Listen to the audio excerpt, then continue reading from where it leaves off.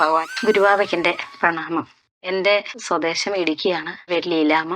ഞാൻ ഗുരുവായൂർ ഭക്തിമാർഗത്തിൽ 2002 വന്നതാണ്. ഗുരുവായൂർ ഭക്തിമാർഗത്തിലോട്ട് വന്നിട്ട് എന്റെ കൊച്ചുമോള് ജനിച്ചു കഴിഞ്ഞപ്പോഴത്തേനും ആ കുട്ടിക്ക് ജ്യോത്സ്യന്മാരുടെ അടുത്തെല്ലാം പോയി അവർ നോക്കുമ്പോഴത്തേനും 6 വയസ്സ് കഴിഞ്ഞിട്ട് ആ കുട്ടിയുടെ ജാതകം എഴുതിച്ചാൽ മതി, അപ്പൊ ആ കുട്ടി ഇനി ഉണ്ടാകത്തില്ല എന്നുള്ള അർത്ഥത്തിലാണ് അവർ പറഞ്ഞത്. അപ്പോഴത്തേനും ഞാൻ ഒരു മഹാനവമിക്ക് ഇവിടെ ഭഗവാന്റെ അടുത്ത് കൊണ്ടുവന്ന് ഈ കുട്ടി ഒന്ന് ഭഗവാനെ നമസ്കരിച്ച് എണീറ്റ് കഴിഞ്ഞപ്പോഴത്തേനും ഗുരുവായൂരുടെ കൈ നിറച്ച് വിളകളൊക്കെ ഇട്ട് കൊടുത്ത് അവരുടെ തലയെ പിടിച്ച് അനുഗ്രഹിച്ച് ഇപ്പൊ 12ാമത്തെ വയസ്സായി കുട്ടി നല്ല മിടുക്കത്തിയായി. അവൾ 7ാം ക്ലാസ്സിൽ പഠിക്കുന്നുണ്ട്.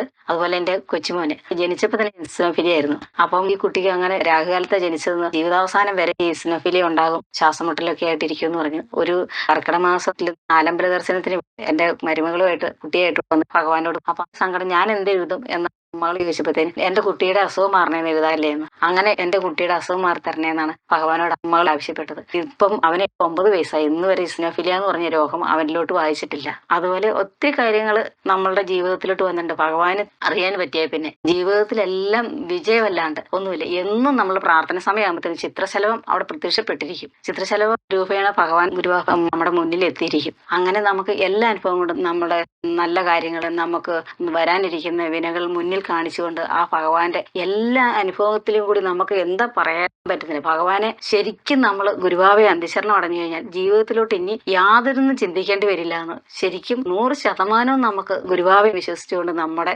അനുഗ്രഹം പറഞ്ഞറിയിക്കാൻ വയ്യാത്ത ഒരു അനുഗ്രഹം നമ്മളിലൂടെ കടന്നു പോകുന്നുണ്ട്. ഭഗവാന്റെ അനുഗ്രഹം ഒത്തിരിയേറെ നമ്മളിലോട്ട് ചൊരിയുന്നുണ്ട്.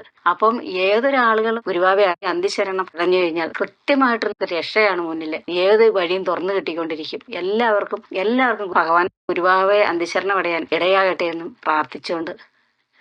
ഗുരുവായൂർ ക്ഷേത്രം പടിഞ്ഞാറേ നടയിൽ നിന്ന് മമ്മിയൂർ ക്ഷേത്രം വഴി പോകുന്ന മെയിൻ റോഡരികിലാണ് പ്രത്യക്ഷ ദൈവം ഗുരുവായൂരുടെ സന്നിധാനവും അന്ത്യശരണം ദക്ഷിണേശ്വര ക്ഷേത്രവും. കൂടുതലറിയാൻ സന്ധ്യയ്ക്ക് 6 മണി മുതൽ രാത്രി 10 മണി വരെ വിളിക്കാം. 9495510111.